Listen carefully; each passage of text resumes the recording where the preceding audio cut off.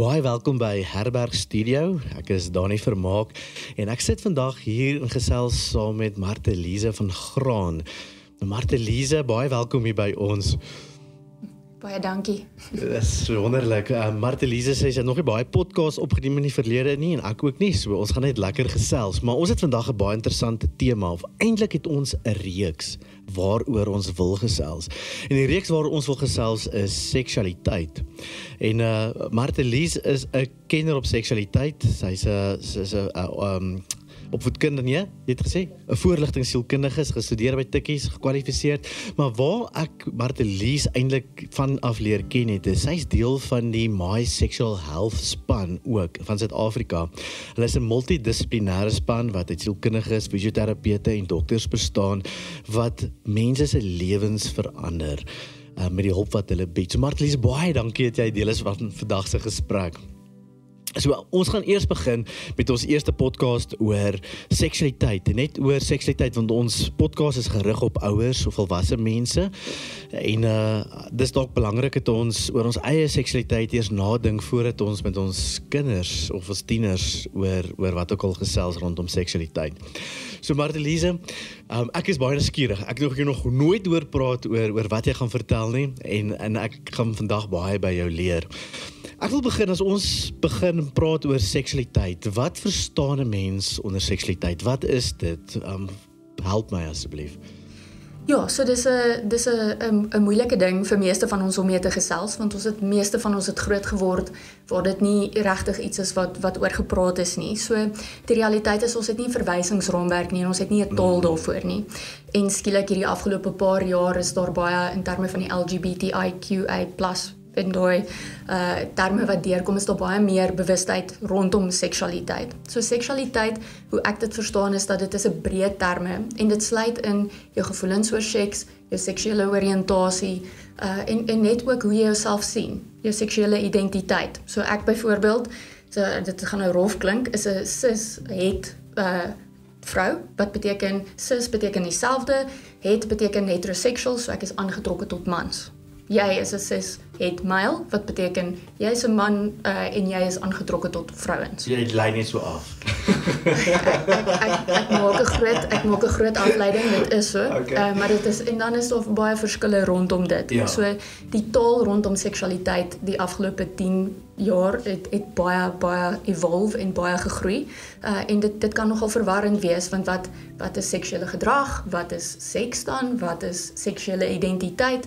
En hierdie is goeders wat gewoonlik tieners mee kom of vrae oor het, en as ons nie weet waarvoor ons praat nie en self nie seker is wie ons is of hoe ons identifiseer nie, kan sulke vrae ons nogal omkant gooi en ons angstig laat voel, of laat voel dat ons weet nie eintlik hoe om hierdie goed te beantwoord nie. Natuurlik, en dit wat bring my by 'n belangrike punt wat ek oor nagedink het is, wanneer ons as ouer na hierdie podcast luister, wil ek graag nie jy met die podcast na jou tiener toe aanstuur, sodat hy of sy dan luister soos my ouers destyds, baie ouers 'n boek in die hand gedruk het nie, maar uit jou verhouding met jou jong mens daar sal praat. So ons wil eerder vir jou begelei. Ek onthou, Marteliese, ek het groot geword in 'n tyd van 3 taboes. Nou, jy mag nie gepraat het oor politiek nie oor seks nie oor die kerk nie, of oor godsdienst nie. Ek onthou dit baie sterk.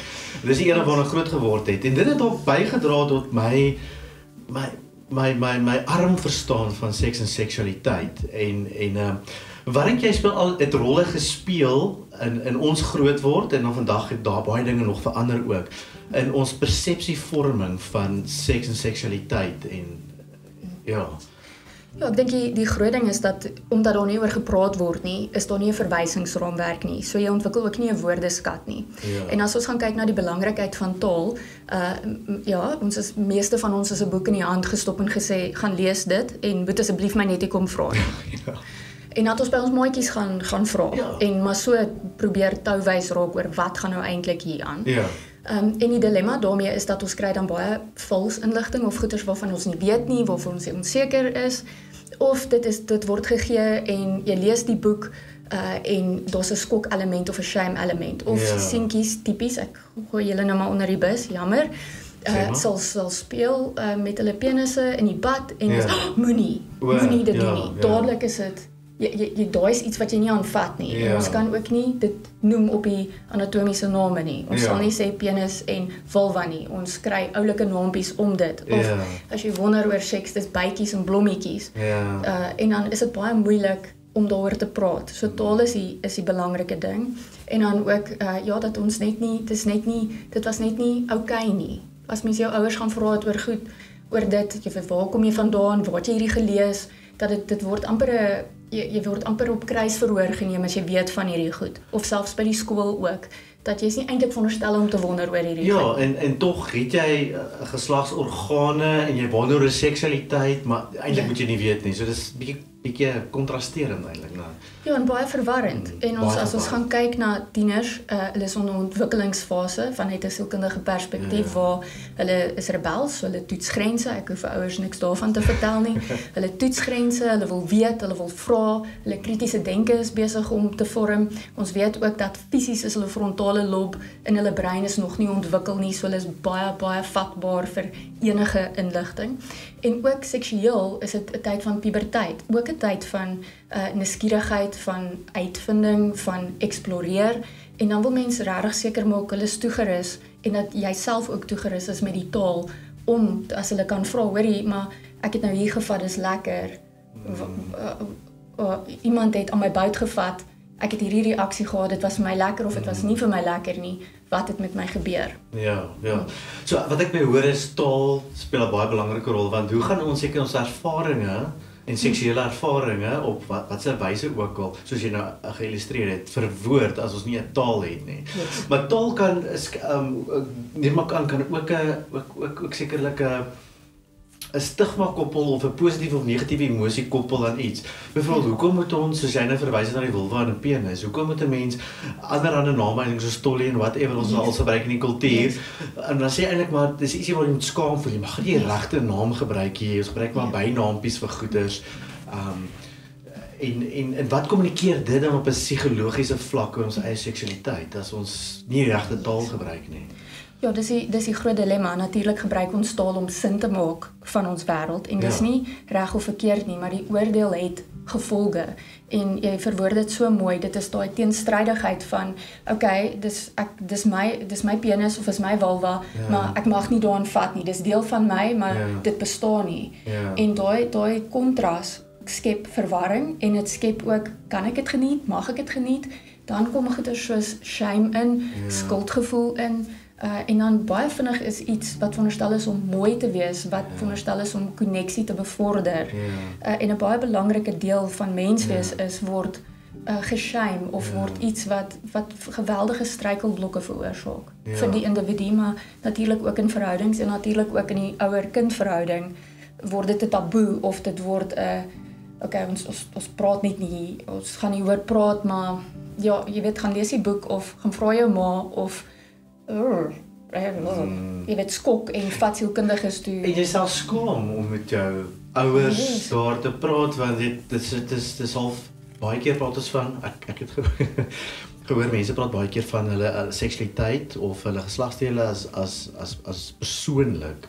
Nou, ek verstaan dat mense, onderwysers, partykeer vir kinders leer is persoonlik, of privaat, skus as jy woord, dis privaat, nie persoonlik. Persoonlik is die regte een, privaat. En dan, ek onthou, Pieter, sy seentjie, ry eendag daar verby die Chinese skool in Wingate Park, en hy vra toe vir sy pa, wat se skool is hierdie? En sy pa sê toe, nee, is 'n privaat skool. En hy wonder toe, sy pa, wat maak hulle met die skool? Maar dat die privaatheid van so vorm word, dat jy nie die moed het om daar te praat nie, of eintlik vir sê, maar dis iets wat jy nie met jou ouers daar kan praat nie, of hy skaamte element wat jy sê, dit is nogal waar. Okay, so taal is baie belangrik. Nou, hoe sou 'n gesonde seksuele beeld lyk? Dis 'n mond vol. Hieroor kan jy ure praat. Maar as jy in al die terapie wat jy doen en mense mee help, en graag 'n prentjie by wie jy of wat hulle sou kan uitkom oor gesonde seksualiteit of 'n beeld van seksualiteit, wat sal jy graag wou hê? Hoe moet daai prentjie lyk? Ja, dis 'n moeilike een. So die eerste ding is dat ja, dis maar ja, ek kan baie keer 'n bietjie pyn in die gat wees met tol. Jy sal dit agterkom. Dis wonderlik. So dis nie dat dit gesond of ongesond is nie. Dit het net gevolge. So vir my is dit belangrik dat die persoon bewus is van wat is seksualiteit? Wat beteken dit vir my as ek identifiseer as 'n vrou? Wat beteken dit vir my? Hoe dra ek myself? En dat seksualiteit is een van die baie rolle wat ons vervul as mense. Dat jy's pa, jy werk, jy's 'n vriend, jy's 'n broer.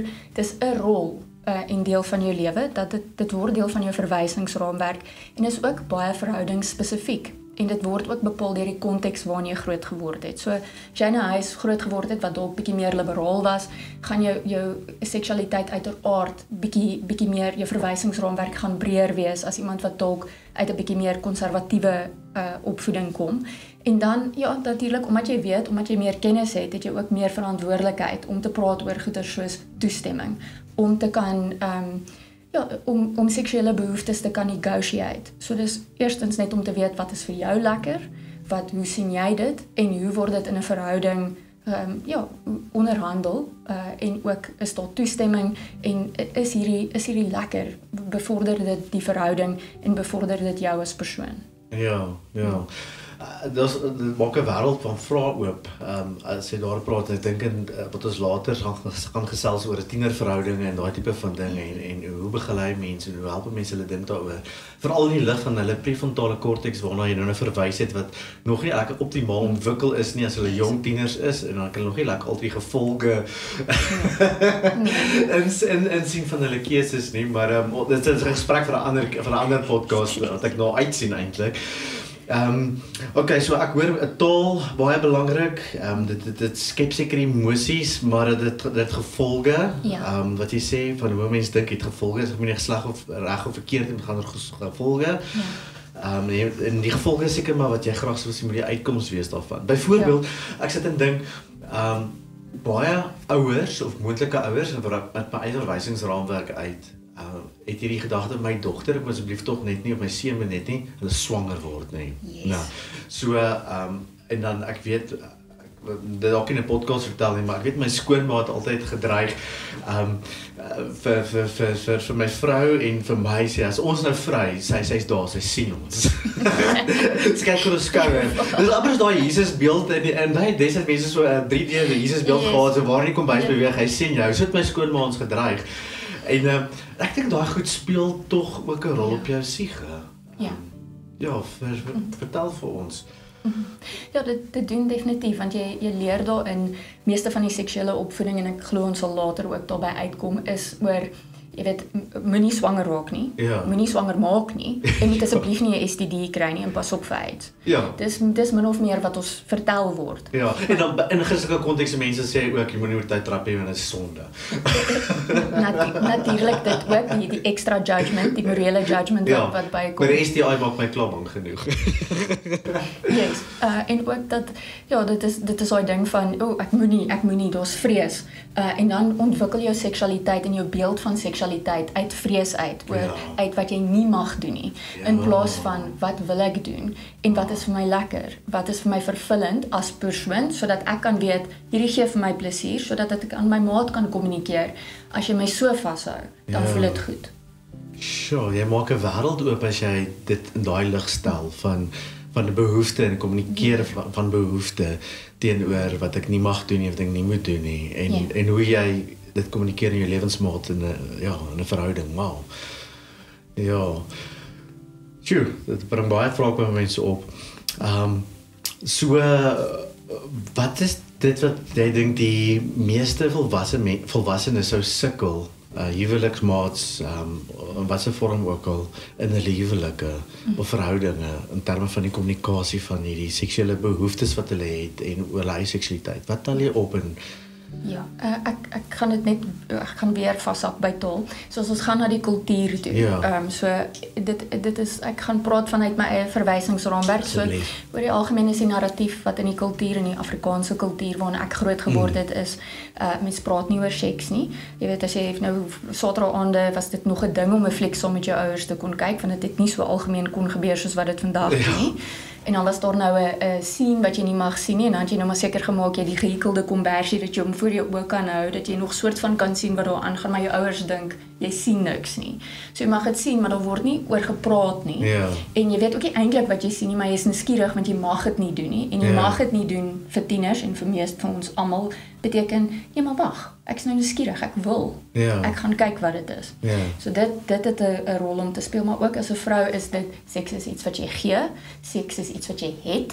'n Vrou, dis 'n vrou se plig. Dit is wat van jou verwag word. Maar in dit beteken dit as 'n vrou word jou agency weggevat. In plaas van dat seks is 'n, as ek die Engels kan gebruik, 'n shared experience. Dit is 'n ervaring tussen lewensmaats. Dit is om 'n dieper koneksie te hê. So van dit is dan, as jy uit vrees, as jou seksualiteit uit vrees uitkom, weet jy nie, jy mag seksuele behoeftes hê nie. Jou lyf reageer ook. Arousal gebeur biologies. En dan weet jy nie wat om te maak met, ek het nou hierdie op TV gesien en ek voel iets. Ek moet dit nie voel nie. Of, ek voel dit en dis gepas. En dis net my lyf se manier om te reageer en dis okay. Of masturbasie, dis goed, dis gesond. Binne 'n sekere konteks, binne sekere verhoudings. Want dit is konteks en verhouding spesifiek, maar dis 'n manier om te explore en dis 'n manier ook om uit te vind wat jou seksuele behoeftes is, sodat dit kan gekommunikeer word. Maar as jy nie gemaklik is of nie daai taal geleer het of nie weet wat jou behoeftes is nie, dan wat gebeur met sommige van die koppels wat ek mee werk is, dis amper daai ding van jy moet my gedagtes lees. Ek weet nie wat vir my lekker is nie, maar jy moet weet, want ek sien dit in flieks.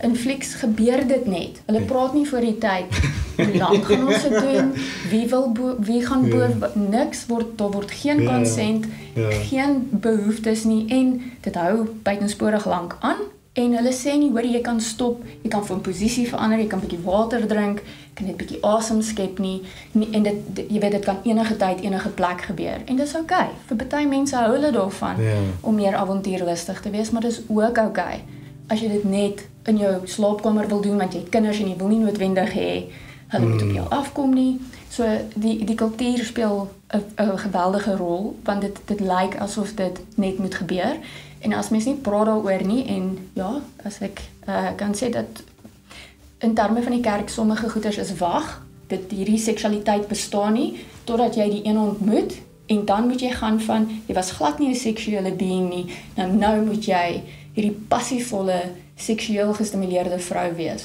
Wat onmoontlik is, die skuif, psigiese skuif in enigiemand se kop. En jy weet nie wat om te doen, of hoe om dit te doen nie. Niemand sê nie. Almal sê net vir jou, nee man, moenie worry nie, hy sal weet wat om te doen. Maar dan weet hy soms nie wat om te doen nie, of sy weet nie wat om te doen nie. En dan is die eerste seksuele ervaring, wat veronderstel is om koneksie te bou, en nog meer vervuldheid te bring angs, of bring 'n performance element, en dis wat ek dink die flieks en kultuur sommige kere doen is, dat seks is iets wat mens het, en dit is iets wat mens deel.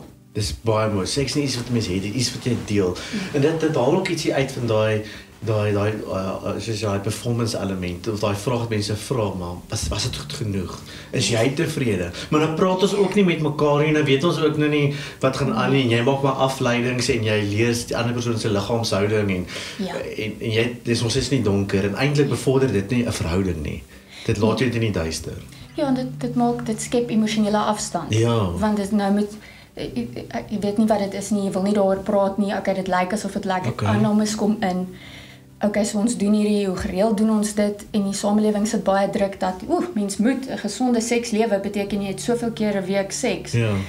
Maar die realiteit is dat mense jok oor geld, hulle jok oor hulle gewig, en hulle jok oor hoeveel seks hulle het. Natuurlijk. So, dit gaan oor, is dit vervullend, en voldoen dit aan jou behoeftes en aan jou maat se behoeftes. Wow, dit al baie. Ek wonder, hierdie eerste podcast moet ons noem die taal van seks. want nou wil ek by jou hoor, as ek nou luister na hierdie opname en ek kom agter, maar ek het nie eintlik 'n taal nie, en in my verwysingsraamwerk is ongelukkig nou maar net die TV en die media en 'n paar boeke, dalk vir paar nie een wat ek jare terug gelees het. Hoe ontwikkel ek 'n taal oor seks, en hoe leer ek om hierdie te kommunikeer aan my lewensmaat? Ja, ek dink dis waar hierdie podcast hoekom ek so opgewonde is om vandag met jou daaroor te gesels is dat ek dink die kerk speel 'n ongelooflike rol om as 'n gemeenskap dit okay te maak vir ons om daaroor te gesels. Ek dink ook as ek bietjie mag weer mans onder die bus gooi dat mans is dalk bietjie meer geneig om te praat oor seks. Baie makliker, ja. As wat vrouens doen, dat dit is amper jy weet dis iets wat agtertoe deure gebeur en 'n dame laat dit daar. Ja. Maar dat eintlik as jy 'n goeie vriendin het, as dit 'n glas wyn of 2 vat aan die begin is dit okay. Net om te begin praat oor, jy weet wat is plesier vir jou? Wat is vir jou lekker? Hoe doen julle dit? Julle het elke dag seks. Soos, wow, hoe kry jy dit reg? Net om daai gesprekke te begin tussen vriende en in 'n gemeenskap. Of selfs te hoor van dis ook vir jou moeilik of jy sukkel ook en ek hoor jy het ook nie 'n taal nie. En kom ons begin saam taal te vind en te ontdek. Ja, en dan natuurlik die My Sexual Health is ongelooflik in terme van dat ons elke maand 'n gratis webinar waarna mense kan gaan kyk om jou te help met hierdie taal. Natuurlik is daar maatskaplike werkers, sielkundiges wat jou ook help daarmee. Ek gaan aan die einde vir jou 'n paar resources ook gee wat mense kan na gaan luister en gaan na kyk. My gunsteling boek bly Emily Nagoski, Come As You Are, is bietjie meer vir vrouens in terme van vrouens seksualiteit. Vir die mans is dit Come Together, ook deur Emily Nagoski, net om daai taal te kry. Sosiale media, as jy dit met kritiese denke gebruik, kan ook baie waardevol wees om daar te begin gaan en te begin dink, okay, wat is my identiteit? Wat is my seksuele behoeftes? Wat is seksuele behoeftes? En hoe kan ek dit uitdruk en hoe kan ek dit kommunikeer? Ja, okay, dit klink fantasties. Ek dink hierdie eerste opname is al goed net om bewus te word van taal. Dit is nog net die ysberg se punt oor seksualiteit, maar dit is 'n belangrike plek om te begin. Is daar nog bronne wat jy met ons sou wou deel? Jy sê dis vir ons nog sou kan kry. Ja, My Sexual Health, definitief. Okay. En die webwerf, jy tik dit in My Sexual Health of South Africa neem ek aan, of sal seker nog wees internasionaal of is dit net die ene wat? Ekskuus, nou sit jy my ek is jy sit my op die spot, maar ek weet nie waar nie. Maar in elk geval, My Sexual Health, Dr. Elna Rudolph dink ek is die hoof daarvan en julle is deel van die multidissiplinêre span. Wonderlike materiaal en baie verantwoordelik in 'n multidissiplinêre span. Maar Martelise, nou as daar nou volwassenes hierna luister en sê, weet jy wat, ek sal graag met iemand professioneel wil gesels. Is daar 'n plek waar hulle jou kan kontak om 'n afspraak te maak om jou te sien? Ja, ek sal graag wil help daarmee. So hulle kan gaan kyk op my webwerf, is www.martelies.co.za. Hulle kan ook my kontak op by die e-pos is martelies.vangraan@satorihealthcenter.com of julle kan my WhatsApp stuur ek op 071 682 4477. Dit is moeilik om my telefonies in die hande te kry want ek is gewoonlik in sessie. Maar daar is manier om by my uit te kom en as ek nie kan bystaan nie, kan ek verwys na van die netwerk van ons mense toe wat jy kan na gaan kyk. Ek wil afsluit met die storie, as iemand nog so lank geluister het. Ek het dit gebruik altyd by die jong mense. Ek het dit by ander sielkundiges opgetel. Totdat een keer ons dit gegee het vir 'n dogtertjie wat eintlik na 'n ander tradisie toe waar geskuif het. Ek het altyd met die seksualiteitspraatjies ek met die kinders gehad het, tieners. Het ek die groepe in hulle groepe laat opdeel, 'n meisiegroep en 'n seunsgroep en dan kleiner groepies as die seuns of meisies te veel was. Want ek vir elkeen 'n groot A3 of A2 papier gegee met 'n koutjie. Want ek vir elkeen van hierdie groepe opdrag gee. Die meisiesgroep moet soveel as moontlik name neerskryf vir die penis. Sure. En die seuns moet soveel as moontlik name skryf vir die vulva en vir die borste, wat ek al gewoon gedink het. Jy kan dan dink wie het gewen elke keer. Ek het nie 'n surprise nie. Ek gaan jou skok as ek sê met hoeveel name die groep in 10 minute na vore gekom het. Ek dink die rekord was 9602. Sjoe, dis indrukwekkend. En dan gebruik ek daai papiere as 'n wegspringplek vir die meisies en die seuns om te begin praat oor seksualiteit, oor die regte name en hoe name invloed het. En dan het hulle ook gesien maar hoe verskillend seuns en meisies van nature af dalk gewire is hoe hulle daar dink of het hoe hulle groot geword het in die kultuur. So Martelies, baie dankie vir jou tyd. Ons gaan sommer 'n tweede podcast ook opneem. Kyk uit na hom en dankie dat jy saam geluister het. Praat weer.